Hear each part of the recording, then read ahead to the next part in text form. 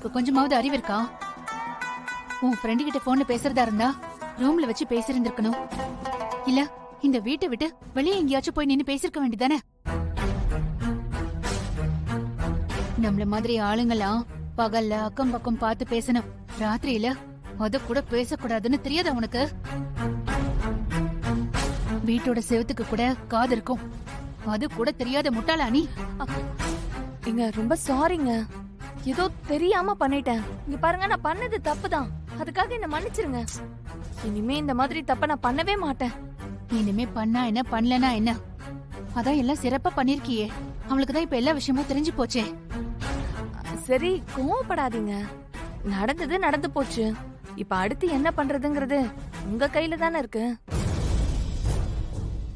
நீங்க இருக்கிற தைரியத்துல தான் நான் அந்த வானதி கிட்ட சவால் விட்டே வந்திருக்கேன். அந்த சவால்ல நான் ஜெயிக்க நீங்க தான் எனக்கு ஹெல்ப் பண்ணணும். ப்ளீஸ்.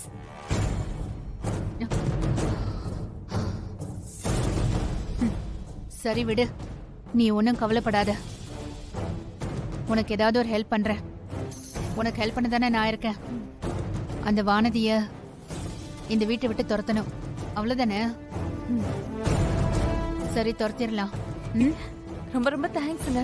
அதெல்லாம் இருக்கட்டும், பார்த்து ஜாக்கிரதையா இரு, சரியா? சரி.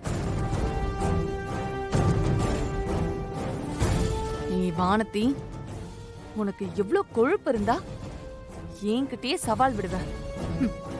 உன்னை இன்னும் 2 மாசத்துல இந்த வீட்டை விட்டும் அருளை விட்டும் நிரந்தரமா துரத்துறண்டி. அருள் மாமா கொஞ்சம் கொஞ்சமா மனசு மாறிடுவாருன்னு பார்த்தா அவர் மனசு மாறுற மாதிரியே தெரியல.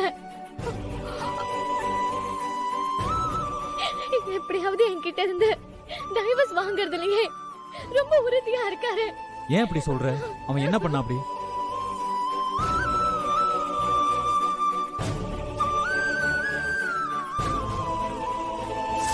இன்னும் 58 நாள்ல 2வது கவுன்சிலிங் ஆரம்பிச்சிடும்.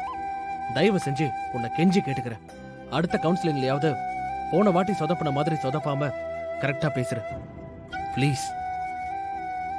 கண்டிப்பா எங்க 2 பேருக்கும் டைவர்ஸ் வேணும்னு நீ ஸ்ட்ராங்கா மட்டும் சொல்லிட்டா போதும், நமக்கு டைவர்ஸ் கிடைச்சிரும்.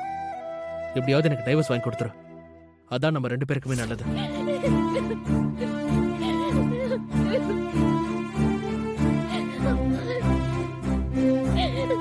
நான் அவரு கூட சேர்ந்து வாழ்றதுக்கு என்ன பண்றதுன்னு யோசிச்சுட்டு இருக்கேன்.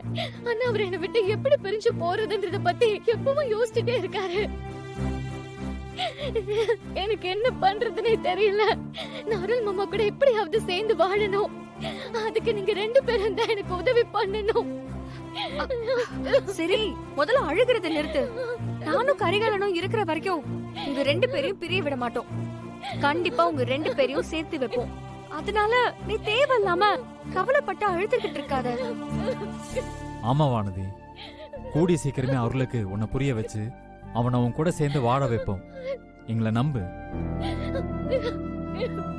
நீ பயப்படுற மாதிரி எல்லாம் அவன் அவ்வளவு சீக்கிரம் உன்னை விட்டு பிரிஞ்செல்லாம் போயிடவே முடியாது. அப்படியெல்லாம் நாங்க விட்டுற மாட்டோம். இவ்ளோ சொல்றோம், அப்போ நீ அழுகிறத நிறுத்த மாட்ற. அப்போ நாங்க சொல்றதுல உனக்கு நம்பிக்கை இல்லையா? அப்படி இல்ல, உங்க 2 பேரும் மேலயும் எனக்கு நம்பிக்கை இருக்கு. நம்பிக்கை இருக்குன்னா முதல்ல அழுகிறத நிறுத்து. ரொம்ப நேரமா இப்படியே அழுதுகிட்டு இருந்தா உடம்பு என்னத்துக்கு ஆகும்?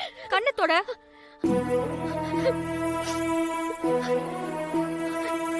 நாங்க இருக்கோம். அருளோட உன்னை சேர்த்து வைக்க வேண்டியது எங்களோட பொறுப்பு. நீ எங்களை நம்பு.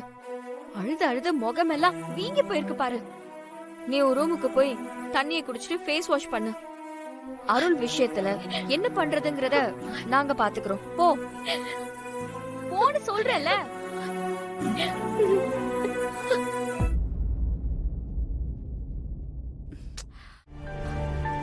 எப்படியாவது இவங்க 2 பேத்தையும் நாம சீக்கிரமா சேர்த்து வைக்கணும். ஆமா ஆமா. அதுக்கு ஏதாவது ஒரு ஐடியா இருந்தா சொல்ல. ஏய், நீ ஏதாவது ஐடியா சொல்லணும்னு பார்த்தா என்கிட்ட ஐடியா கேக்குற? நீதான் ஐடியா குடோன் ஆச்சே. எந்த பிரச்சனைனாலும் ஏதாவது ஒரு நல்ல ஐடியாவை கொடுத்து அந்த பிரச்சனைய சால்வ் பண்ணுவியே. இல்ல, வேற எந்த பிரச்சனைனாலும் அதை எப்படி சரி பண்றதுன்னு எனக்கு தோணும். ஆனா என்னன்னு தெரியல, இவங்க பிரச்சனையில மட்டும் எனக்கு எதுவுமே தோண மாட்டேங்குது. டேய், என்னடா இப்படி சொல்லிக்கிட்டு இருக்க?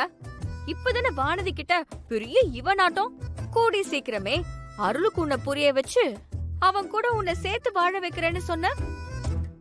இப்ப என்னடானா இப்படி சொல்ற? எனக்கு அதெல்லாம் தெரியாது. இப்ப நீ தான் எனக்கு ஒரு ஐடியாவை சொல்லணும். வந்தா சொல்ல மாட்டேனா? அதான் வரலன்னு சொல்றேன்ல. அதெல்லாம் வரும் வரும். கொஞ்சம் யோசிச்சு பாரு, வரும்.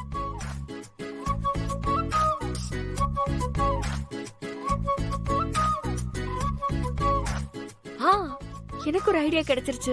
என்ன? இப்ப இந்த பிரச்சனை ஆரம்பிச்சதே அட்வொகேட் ரேணுகா மேடமோட ஜூனியர் அருளுக்கு கால் பண்ணதுனால தானே? ஆமா. அப்போ நாம அந்த அட்வொகேட் ரேணுகா மேடமுக்கே போன் பண்ணி ஆ. இவங்க 2 பேத்தையும் சேர்த்து வைக்கிறதுக்கு ஐடியா கேட்டா என்ன? சொல்லுங்க நந்தினி, என்ன விஷயம்? மேடம், உங்க ஜூனியர் இப்போ அருளுக்கு கால் பண்ணிருந்தாரா? நான் தான் ரிமைண்ட் பண்றதுக்காக அவரை கால் பண்ண சொல்லியிருந்தேன்.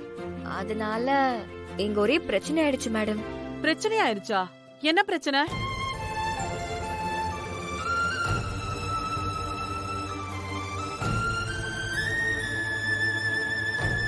ஒரு ரிமைண்டிங் கால்னால இப்படி ஒரு பிரச்சனை ஆயிடுச்சா? ஆமா மேடம், நீங்க கொடுத்த 2 மாச டைம்க்குள்ள அவங்க 2 பேரும் ஒண்ணு சேர்ந்துருவாங்கன்னு பார்த்தா அது வேற ரூட்ல போய்கிட்டு இருக்கு. இப்போ நீங்க தான் அவங்க 2 பேத்தையும் சேர்த்து வைக்கிறதுக்கு ஒரு நல்ல ஐடியா கொடுக்கணும். குடுத்துட்டா போச்சு. இந்த 2 மாசத்துல என்னென்ன நடந்தா அடுத்து அவங்க இந்த டைவர்ஸ் கேஸ வாபஸ் வாங்குவாங்கன்னு எனக்கு நல்லா தெரியும். அது என்னன்னு சொல்லுங்க மேடம்.